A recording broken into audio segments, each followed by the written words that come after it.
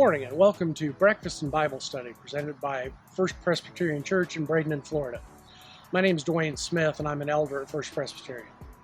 Thank you for joining us as we continue to look at the I am statements of Jesus. Last week I challenged you to seek out references in the Bible to paths and directions and the way. One of the most common references you may have found is the source of the expression staying on the straight and narrow. Matthew 7 verses 13 and 14 say, "Enter through the narrow gate, for wide is the gate and broad is the road that leads to destruction, and many enter through it. But small is the gate and narrow the road that leads to life, and only a few find it." Similar references made in the Gospel of Luke. In the Old Testament, the books of Psalms and Proverbs have several verses about being on or taking or making a straight path, references to asking the Lord to prevent us from wandering. This week we'll finish our study of the I am statements of Jesus.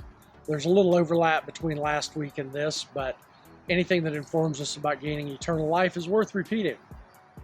This week we'll look at the story surrounding the resurrection of Lazarus.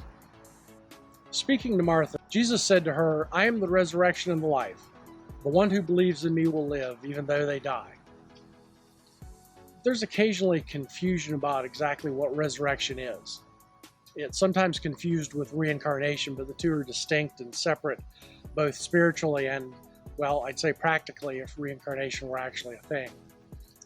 Reincarnation is the concept that a person's spirit can come back to a different body after death, usually trying to improve the life they led previously.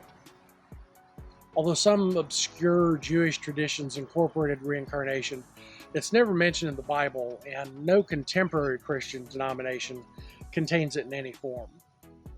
Resurrection, on the other hand, is the returning to life of a person in the same body. We believe that Jesus was resurrected in the same body that was crucified.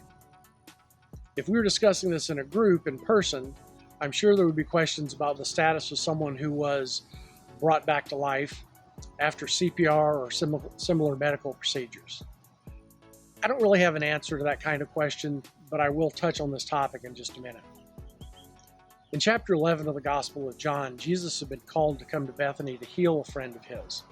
His friend's name was Lazarus, who was the brother of Mary and Martha, with whom Jesus was also friends. Jesus did not arrive until Lazarus had been dead for 4 days. While we don't know exactly where Jesus was when he received the message that Lazarus was ill, most scholars seem to think that he was at least a day's travel away, which means that the messengers took a day to reach him, and it took an additional day to travel back. Further, John notes that Jesus waited 2 days between receiving the message and leaving for Bethany. This means that, as noted in John 11:17, Lazarus had been dead for at least 4 days before Jesus arrived. Doesn't it seem a little callous of Jesus to have waited before he responded to his friend's call for help? And doesn't it seem more unfeeling for Jesus to tell his disciples, "Lazarus is dead, and for your sake I'm glad I was not there, so that you may believe, but let us go to him"?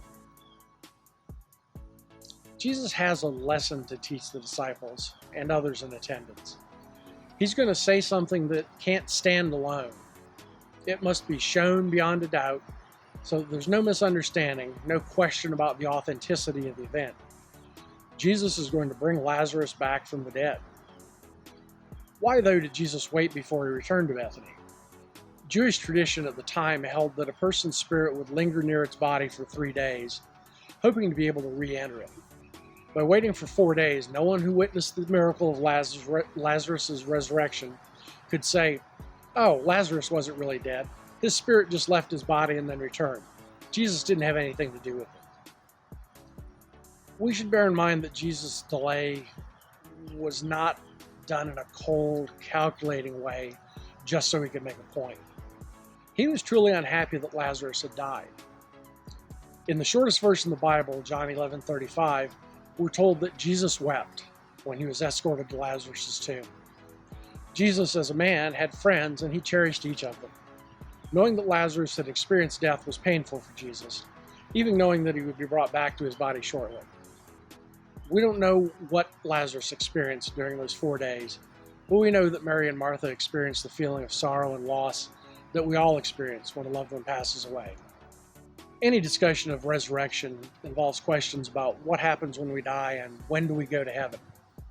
As Presbyterians, we offer up the Apostles' Creed in worship and say that we believe in the resurrection of the body. We believe that our spirits, or souls if you prefer that word, ascend immediately to enter into God's glory after we die. At the end of days, when Christ returns, all bodies of all people that ever lived will be immediately restored and our souls reunited with our bodies. Each will begin their eternal lives with God or apart from Him. Thus we come to understand what Jesus meant when He said not only that was He the resurrection, but the resurrection and the life. Not only will He restore us, but that life will be eternal. If you're interested in this topic, I encourage you to let me know. In addition to the Apostles' Creed, several documents in the Constitution of the Presbyterian Church, USA, touch on what we believe about the resurrection. The Nicene Creed, the Scots Confession, and the Westminster Confession of Faith all have something to say about it. Thank you so much for participating in our Breakfast and Bible Study series on the I Am Statements of Jesus. Starting next week, we're going to switch to a different format and go live in a Zoom meeting at 10 a.m. on Saturday, May 9th. The session will be recorded and made available on YouTube, so if you can't join us in real time, you'll still be able to follow us. Stay tuned for details on how to join. Thanks again for being here, and don't forget to like, share, and subscribe.